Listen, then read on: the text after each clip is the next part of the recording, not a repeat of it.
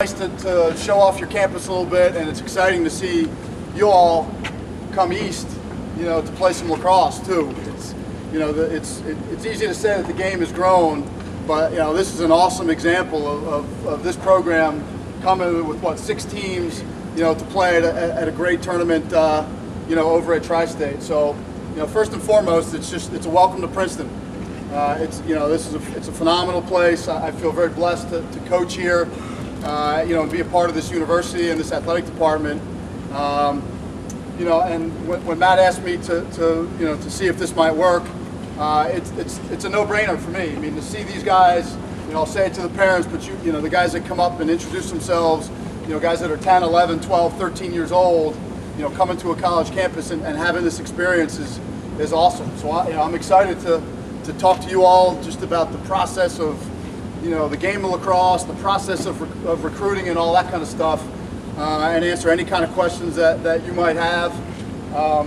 Matt, did a nice job sort of talking about our history. Matt's a little bit bigger than me, which isn't saying a whole lot, but I consider him almost like a little brother in a lot of ways. We go back many years, and when you play on a team, whether it's a good team or a bad team, and you make that sort of sacrifice and you're part of something, that's lifelong, and I know for a fact that Matt and I will be lifelong friends.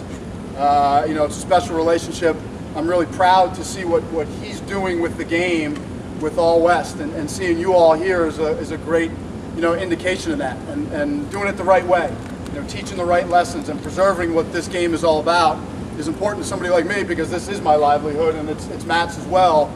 Sending the right message to you young guys about the do's and don'ts and sort of some of the pitfalls along the way, but he's a wonderful representative of the game and doing what he's doing.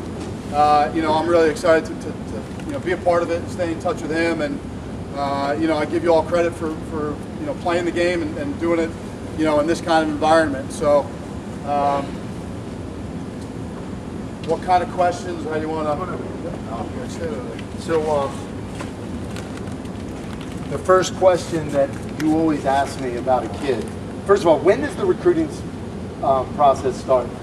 Back in the day when I was getting recruited, I didn't find out until senior year, but there's kids that are giving verbals their sophomore spring. One kid in California was doing that. I tell these kids that it starts the minute you walk into high school. Is that true? I think absolutely, from a transcript, from a grade standpoint, all you guys, moms and dads, tell you what every night: get your homework done, get your homework done, right? The biggest piece of advice I probably have for you is listen to mom and dad, right? Listen to mom and dad. You're tired of it. They actually do know what they're talking about, I promise you, okay? And they are looking out for your best interests. But setting the habits of being a good student and valuing education, guys, you can be the best lacrosse player ever. You can score 50 goals in a season, but if you can't make the grade, your options to play college lacrosse are going to be very limited. If you look at the very top tier of schools, all the programs that you root for and watch on TV, they are all great academic institutions. So it starts, even before high school in terms of getting in good habits and making sure you're valuing your grades and your education. The hard start, that 9th grade, or even in 8th grade, if you're taking honors classes, if you take an honors Spanish class or an upper level something that goes on your transcript, I see that. I see that. So your 9th grade classes, I see all that. So when I go out and look at kids at Menlo or St. I or wherever, okay, the first thing I got to ask, because I'm a Princeton coach especially, is let me see his transcript. And it starts in 9th grade. So when I see that transcript, it's not the end of your sophomore year and you finally got an A. It's the beginning of 9th grade, and did you get a C? Because if you got a C, I can't help you a whole lot. So B's, a couple are okay, but A's, fellas, that's what you want to shoot for. And it's not just Princeton, it's any school. Because at the end of the day, when I recruit somebody, right, if there's equal ability, I will always go with a better academic student. I always will go with a better student, because it demonstrates to me that somebody that sets a lot of goals in their life, not only lacrosse-wise, but academically and in other facets too. So the lacrosse piece is important, but from a recruiting standpoint and thinking about playing in college, it starts now, and then it really starts in 9th grade where, as I said, I need to see A's. Every coach needs to see A's and some B's.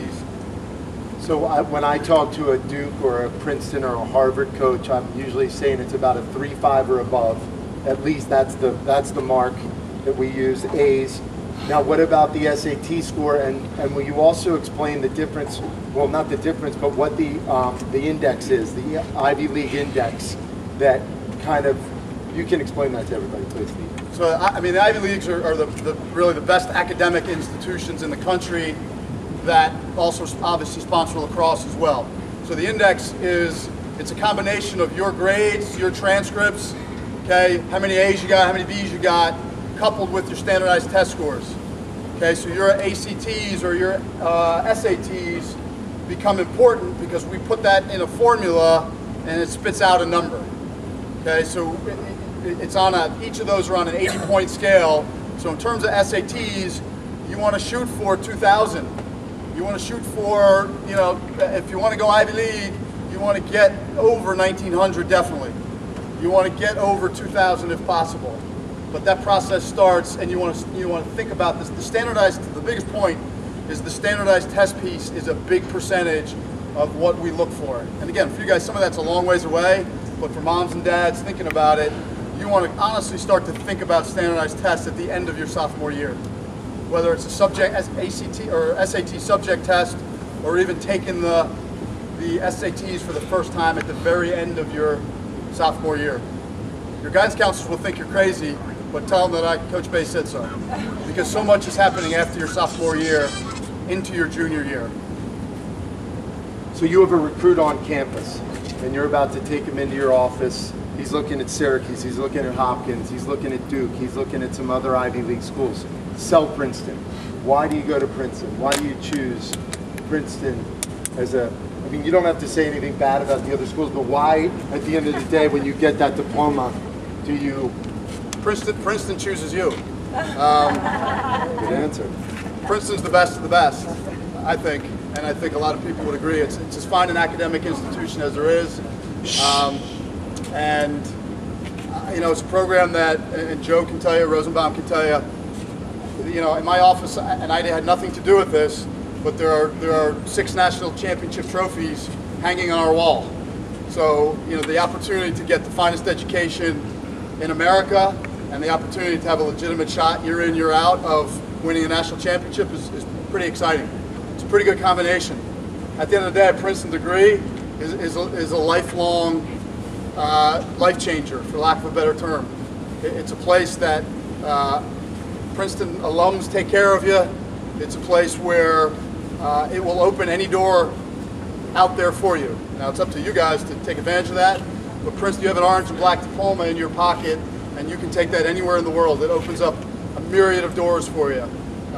The opportunity to spend 4 years here is special, and then the 40 years for the rest of your life, it has a dramatic impact. So it's a pretty neat combination of kind of the best of all worlds. After being in so many locker rooms like you and I have, and I talk about RAY, and that's the acronym of respect, attitude, effort, and that's what I think are the intangibles for any great athlete, any great businessman, anybody that I'm going to hire is a RAY guy. What is that to you, and what are the team guys? What do you talk about team at Princeton? Well, it starts, honestly, it starts with the recruiting process, and I have a luxury. I sort of joke, but we have the opportunity to bring a lot of different student athletes to Princeton, and I feel like if I'm going to provide an opportunity or help provide an opportunity, it's a pretty selective process. And being able to shoot the ball 100 miles an hour is important, but the first thing I ask a coach, is about a young man's character. And good teams are made of character guys, team first guys.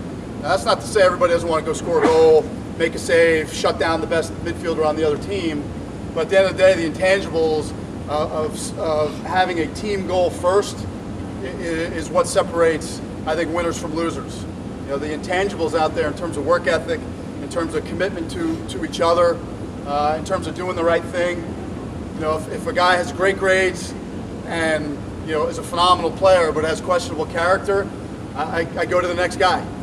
I go to the next guy. So everything that you know Matt preaches with All West, you know, you guys got to buy into and believe, because that will help not only with, you know, getting into college and playing, but it's those are the attributes that are going to help you in life. And it's as simple as that. It's as simple as that.